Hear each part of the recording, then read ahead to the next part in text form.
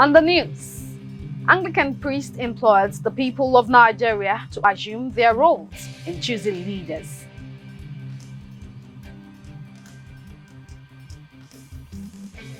Minister of State for Mines and Steel Development, Dr. Uchechukwu Ogadi, says coronavirus is not above God.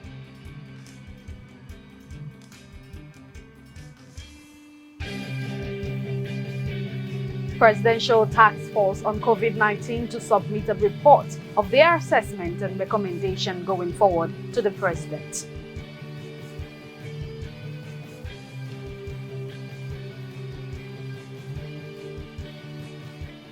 Hello and welcome. It is the news on the hour. I am Zubechi Frank. The Secretary to the Primates of all Nigeria, Anglican Communion, the Venerable Kingsley Obo, has called on Nigerians to rise on their feet and be determined when choosing who leads them. According to the cleric, the masses are responsible for choosing who leads them. Hence the need to shun selfishness and other things that will hinder them from choosing the right people. Venerable Kingsley Obo gave this insight during an interview with ACNN News correspondent Okechukwu Nwanne in Abuja.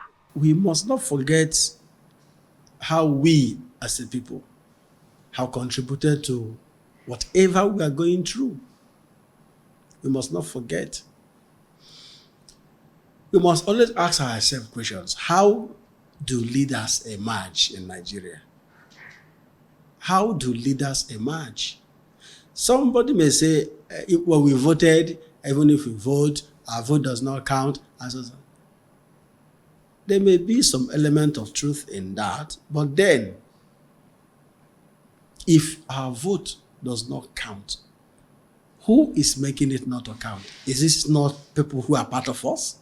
Just for selfish gain, to revisit our role individually and corporately in the election of leaders in this country.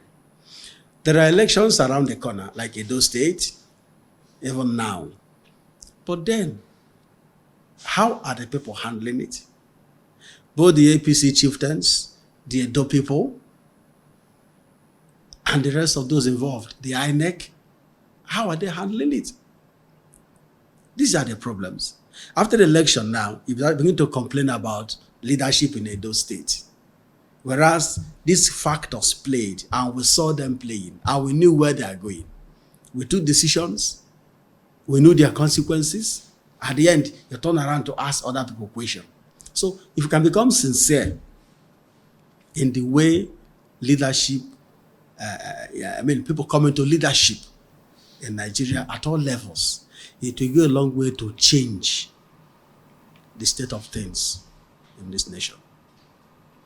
Two Anglican priests with the Diocese of Abuja, the Venerable Joshua Lambath and the Reverend Canon Bola Ogunyonwo, have spoken differently on the effect of the lockdown of worship centers by the government.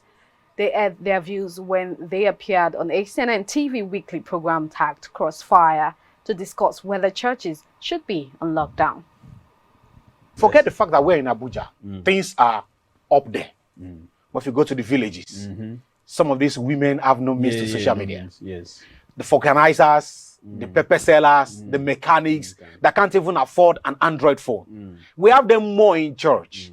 Yes, Abuja. Many of them don't even have televisions. Or radios. Or have radio stations where you can easily. How many organizers will you see on the road that is listening to the radio? How many mechanics do you see listen to the radio? For the fact that we're in Abuja and things seems like it's up or high, doesn't mean it's like it applies in every other state. We have these rural people more in villages in other states than we have them in Abuja. These people are just there. If your church congregation averagely is 1,000. Okay. If your church congregation is 1,000, yes, and you say, okay, everybody go online, I can tell you, you won't get 100. Yes. So what happens to the over 900? You lose them. True. All what government did was to sit down and determine how safe, the safest way in which people can gather to worship their God. As the cases of the global pandemic rise in the nation, the Nigerian citizens have been implored to urgently seek the face of the Almighty God for his favor upon Nigeria and the entire globe. This is the call of Dr. Uchechukwu Samson Ogadi, the Honorable Minister of State for Mines and Steel Development, as he spoke to ACNNTV in Abuja. He also enjoined Nigerians to adhere to the NCDC guidelines.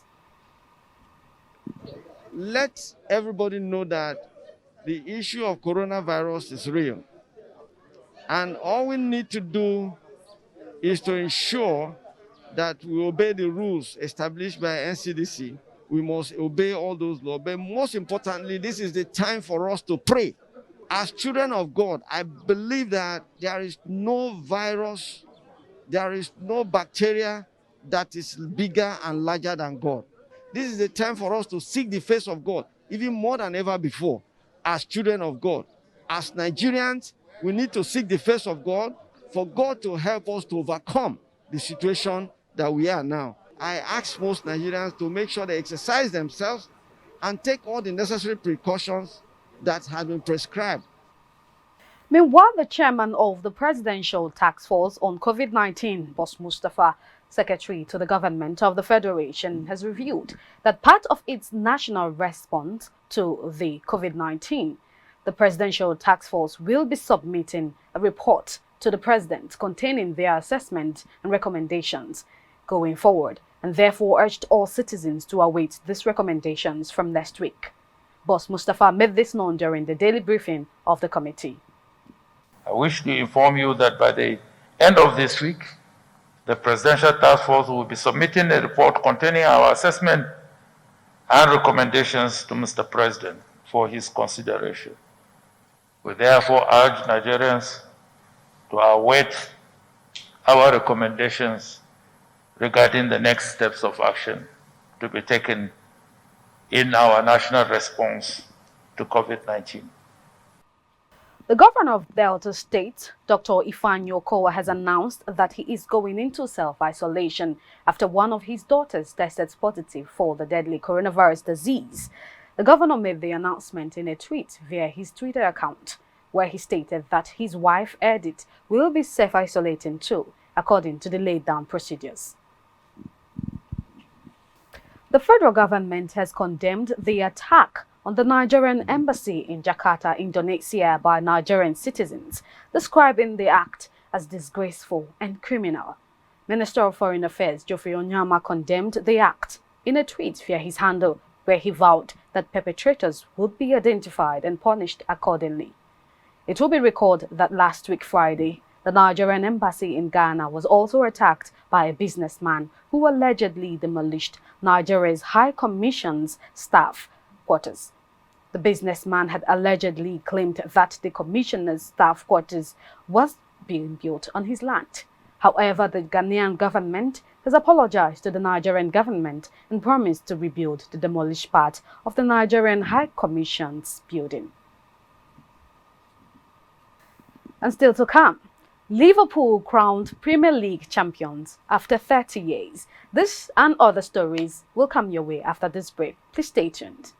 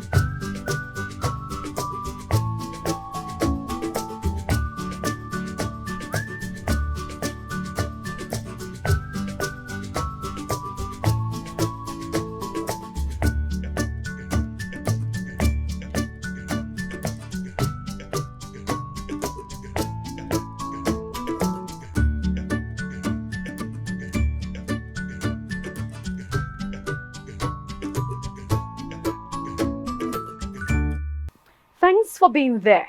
For more on our top stories, please visit our website at acnntv.com or our social media platforms on facebook.com or youtube.com/ACNNTV.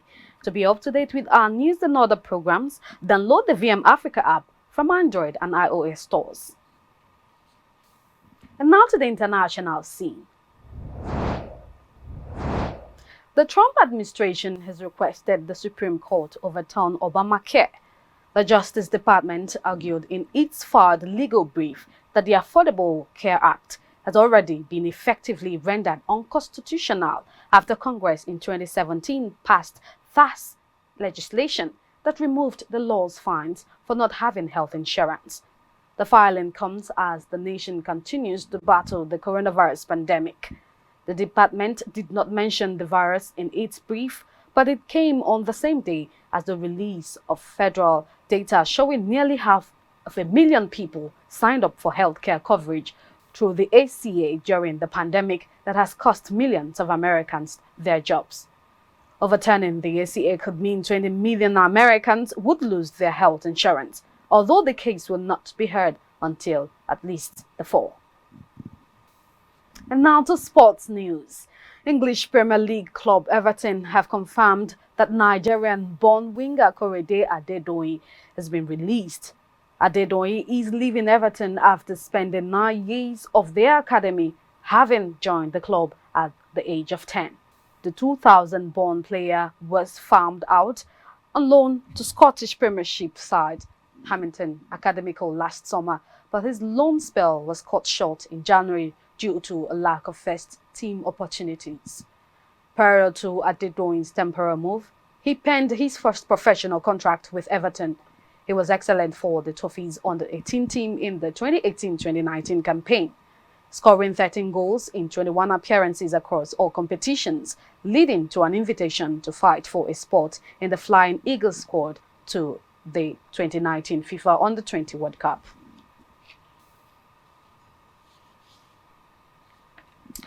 FIFA has announced that Australia and New Zealand will be hosting the 2023 Women's World Cup. The joint bid got the nod ahead of Colombia, which was the only rival in the running after Brazil and Japan dropped out of the race earlier in June. The 2023 version will be the first in the women's game to feature 32 sides up from the current 24. FIFA President Gianni Infantino said that the bidding process was highly competitive. Australia and New Zealand received 22 of the 35 votes cast by the FIFA Council members, with Colombia getting 13 votes. English Football Association Chairman Greg Clark voted for Colombia. Infantino also announced a funding boost for the sports, as this will be the first World Cup hosted across two of football's continental confederations, which includes Asia Confederation and Oceania. Liverpool Football Club has been crowned Premier League champions for the 2019-2020 season. The Reds were confirmed title winners without kicking a ball following Manchester City's 2-1 defeat at Chelsea. Frank Lampard's men took the lead through Christian Pulisic's fine solo effort in the first half. City leveled through Kevin De Bruyne's exquisite free kick.